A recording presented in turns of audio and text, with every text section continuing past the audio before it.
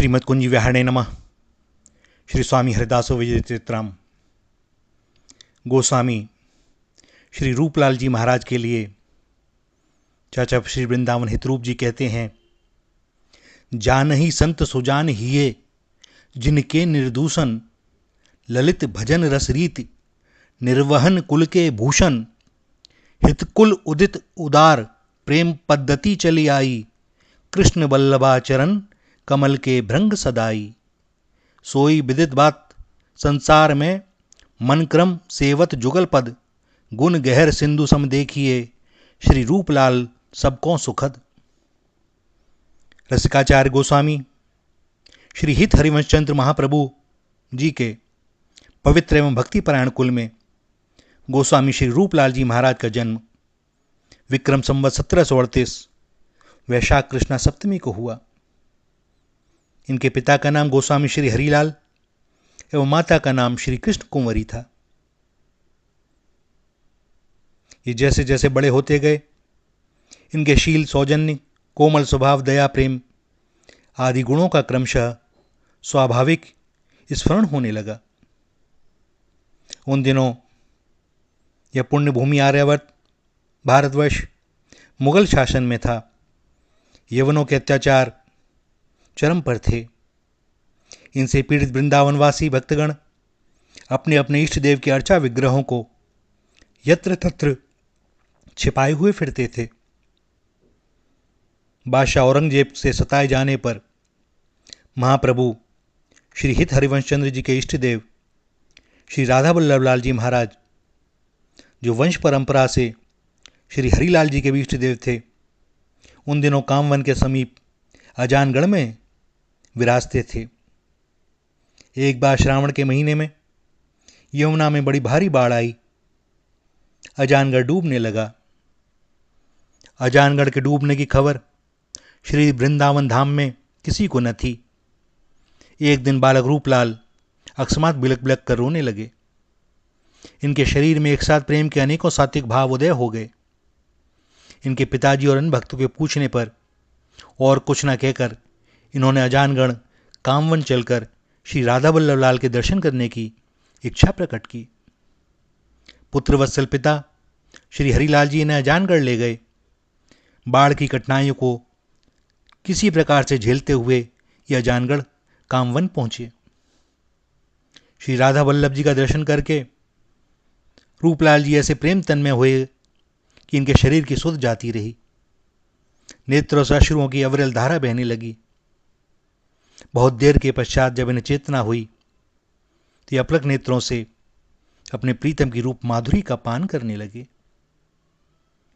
इनकी दशा देखकर ऐसा प्रतीत होता था मानो बहुत समय से बिछड़े हुए दो प्रेमियों का आज प्रथम मिलन हो रहा है। प्रेम के आवेश में ये अपने आप को संभालने में असमर्थ हो गए और शुचि अशुचि अवस्था का भी ध्यान भूलकर श्री राधा वल्लभ लाल जी को अपने भुजबंधन में बांध लेने के लिए उनकी ओर लपके।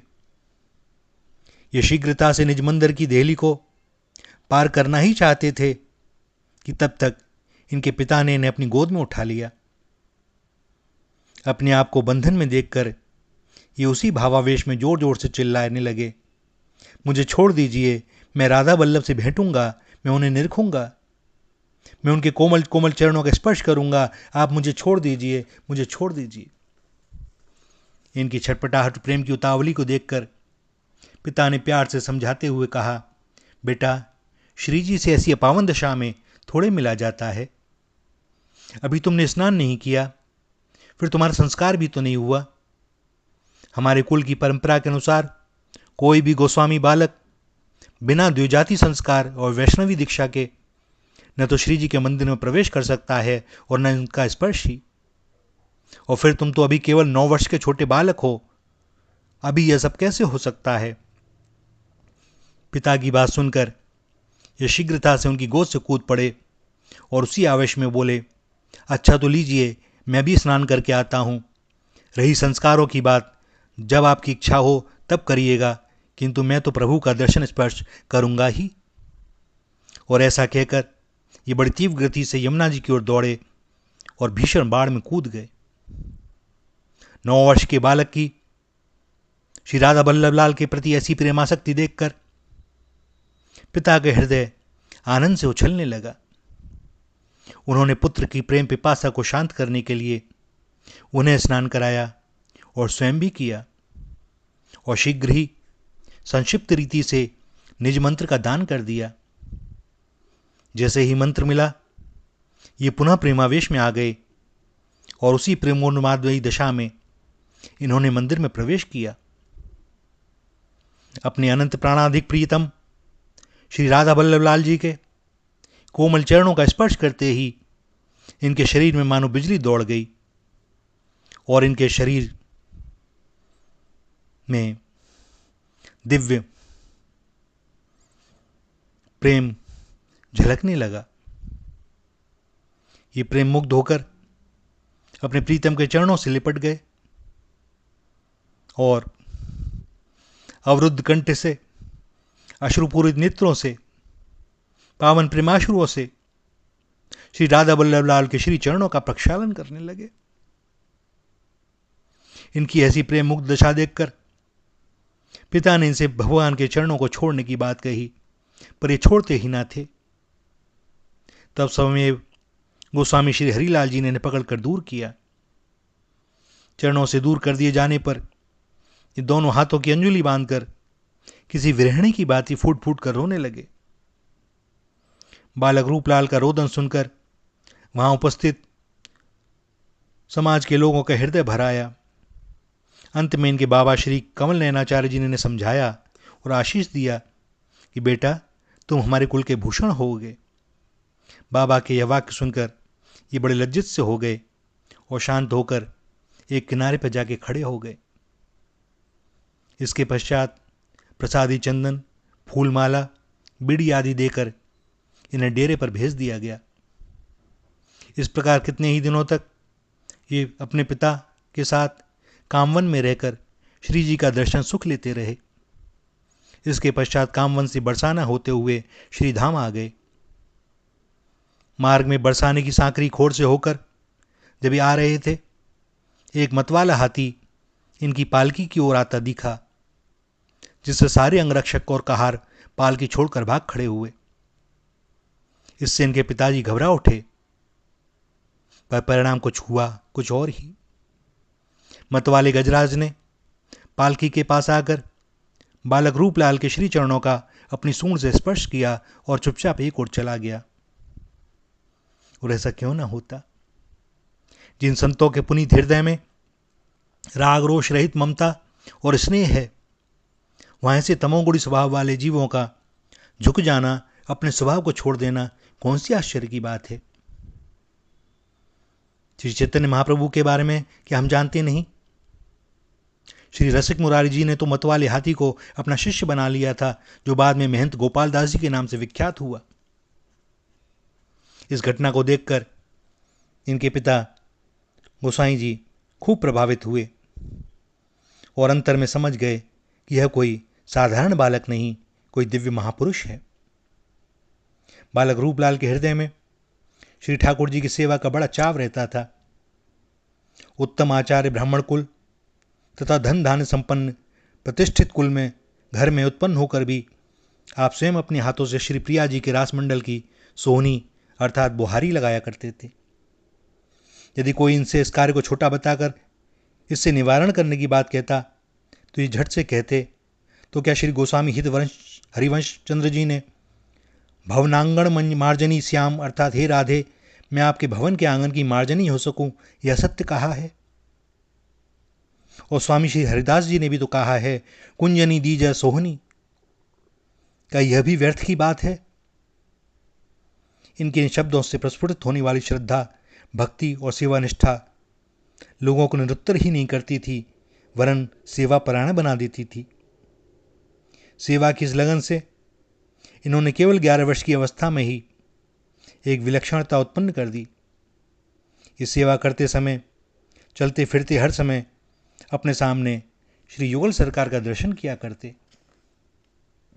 विद्याध्ययन और विवाह संस्कार के पश्चात लगभग 20-21 वर्ष की अवस्था के उपरांत इन्होंने अपना संपूर्ण जीवन भक्ति प्रचार और भ्रमण में व्यतीत किया।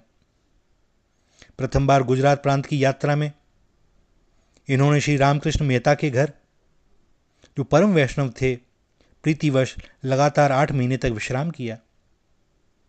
इनके सत्संग से मेहता जी प्रकट हो गए। उन्हें गोस्वामी जी कृपा से युगल किशोर श्री राधा श्याम सुंदर के दर्शन भी हुए।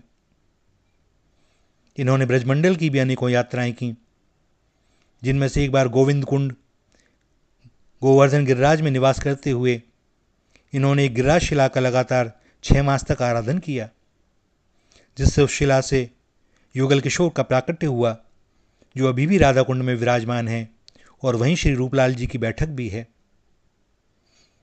इनकी दूसरी यात्रा पूर्वी भारत की हुई।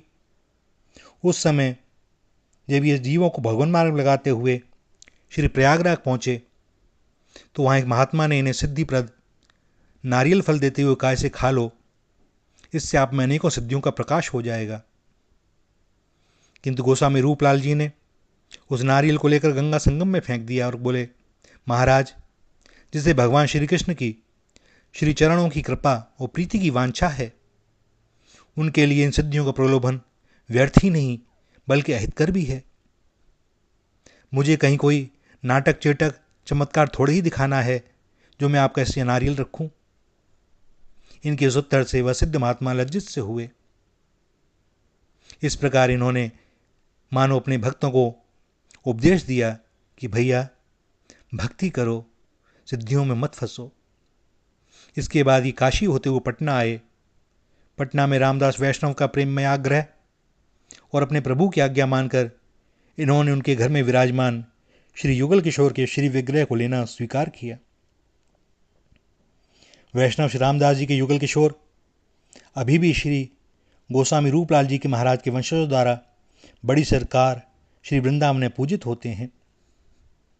जगन्नाथपुरी जाकर नीलांचल नाथ के दर्शन करके ये अत्यंत आनंदित हुए और भगवान के महाप्रसाद की प्रत्यक्ष महिमा देखकर इनका हृदय प्रसन्नता से भर उठा। पूर्वी प्रांतों की यात्रा 4 वर्षों में पूर्ण करके जब ये श्रीधाम वृंदावन आ रहे थे, तो मार्ग में कुछ दिनों के लिए आगरा में ठहरे। वहां इन्होंने अपने शिष्य वैष्णव दयाल दास की पुत्री विष्णुबाई की बीमारी दूर की और यही विष्णुबाई गुरु कृपा से आगे चलकर परम भक्ता बनी। श्री हितरूपलाल जी गोस्वामी की इष्ट निष्ठा वृंदावनेश्वरी श्री राधा किशोरी के चरणों में थी, अतः वे एक बार उनका दर्शन करने बरसाने गए। वहां गोस्वामी जी के अनुराग और भाव से प्रसन्न होकर स्वामिनी वृषभानु दुलारी श्री राधा ने इनको प्रत्यक्ष दर्शन दिए। श्री स्वामिनी जी का दर्शन करके यह मुदित मन से गा उठे, बरसानो बर सिंधु भाव बहु लहरों सरसें, लीला चरित सुवार भर्यो भावुक द्रग दरसें, ललित रतंजा मध्यबास परिकर जुभान को, रसिक जौहरी लखत तहाँ गम नहीं आन को, शशि ते प्रकाश कोटिक जू सब राधा शशि झें उदित हैं, मंडल अखंड चित एक रस मोहन चकोर लखी मुदित हैं। गोस्वामी श्री हितरूपलाल जी महाराज श्री राधा वल्लभी संप्रदाय के केवल आचार्य ही नहीं वरन एक सच्चे रसिक संत थे। इनका चरित्र ही इनकी इष्ट निष्ठा, प्रीति भक्ति, सेवा लगन, निष्प्रय भाव, दयालुता, लोक सेवा, निर्वैरता सबका साक्षी है। इन्होंने अपने धर्म पालन के लिए श्री वृंदावन और अपने इष्टाराध्य श्री विग्रह श्री राधा वल्लभलाल जी का परित्याग करने में भी कोई हिचक नहीं की। गोस्वामी जी जितने बड़े भक्त थे उतने ही बड़े विद्वान।